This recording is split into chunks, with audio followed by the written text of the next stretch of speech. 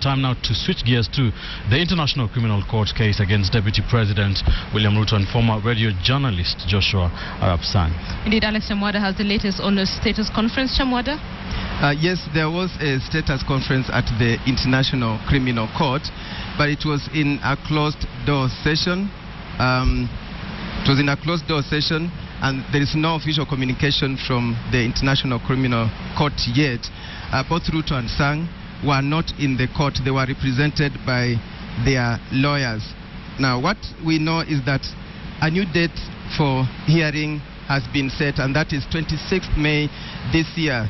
And it's not clear whether the 30th prosecution witness will appear. Remember, the last session was forced to stop when the 30th witness failed to appear, even after being forced to appear. So the way forward really depends on that witness. Now, remember, the prosecution had presented 29 witnesses and 9 had been compelled to appear. Now, if I may go to the next slide, the question that you may be asking, what next when the prosecution closes its case? At one point, it will have to close whether that witness appears or not. The defense had been allowed to file a no case to answer motion, and that is within 14 days after the prosecution closes its case. And that motion will not be more than 50 pages. That was what they had been told. Now, a negative verdict on the no case to answer motion would be a big blow to the Deputy President and Sang, as they really want the process to end there, no case to answer.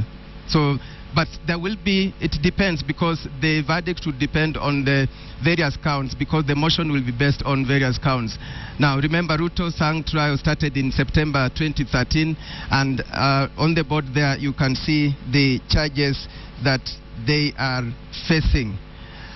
Finally, another communication from The Hague is that, according to the ICC spokesperson, if I may move to the next slide, that the spokesperson of the ICC, Fadi Abdallah, says that the warrant of arrest against Walter Barasa is still valid and yet to be implemented.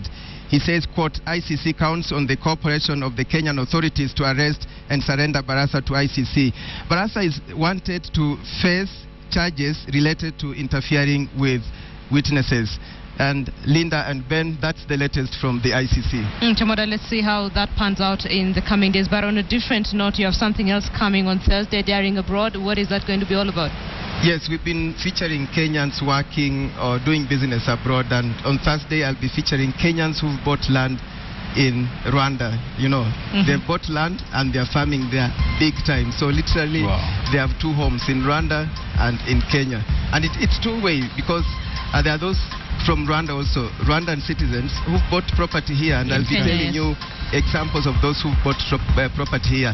And all this is in the spirit of the East African integration. You know, we've just been hearing about the corporates, but individuals are taking advantage of that cooperation. I'm sure you'll be anchoring on Thursday, so meet you there. Chamwada, yes, Chamwada will be here on Thursday. Looking forward to that.